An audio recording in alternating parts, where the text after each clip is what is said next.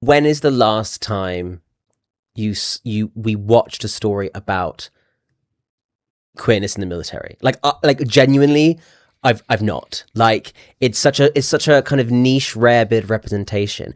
So part of me Harry Styles was in Dunkirk. Oh, get fucked. No, I'm not having that. He was in My Policeman. He was a police officer, yeah.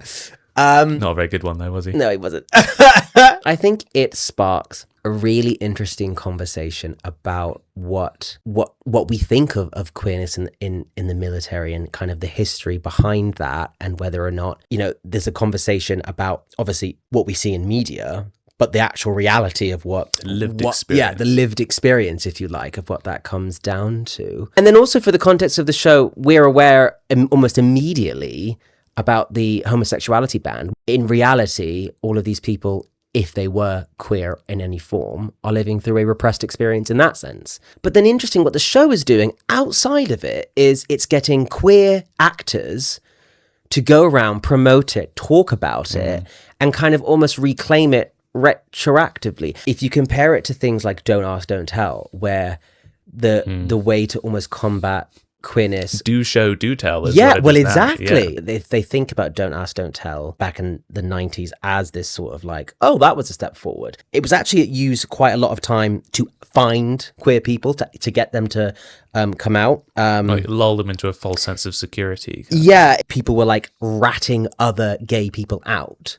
Well, because it was like filtering, This is kind of the problem. If you set up an organization like the military with a culture of homosexuality has no place here, and then you introduce, top down introduce this Don't Ask, Don't Tell rule, it doesn't change the fact that you've embedded this culture of toxic masculinity and homophobia in an organization. But I find it so interesting that that's the piece of legislation, at least, that like first comes to mind, because when we think about progress, we think about like in general the legalization of homosexuality or like the first Pride March, but then when you think about it in a armed forces sense, that always comes to mind, and it's like, well, that wasn't a fix.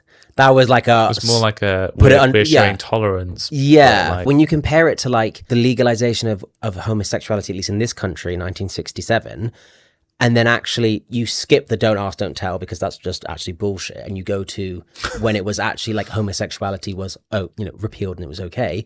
That's nearly 40 plus years. So it's like the armed forces themselves have been.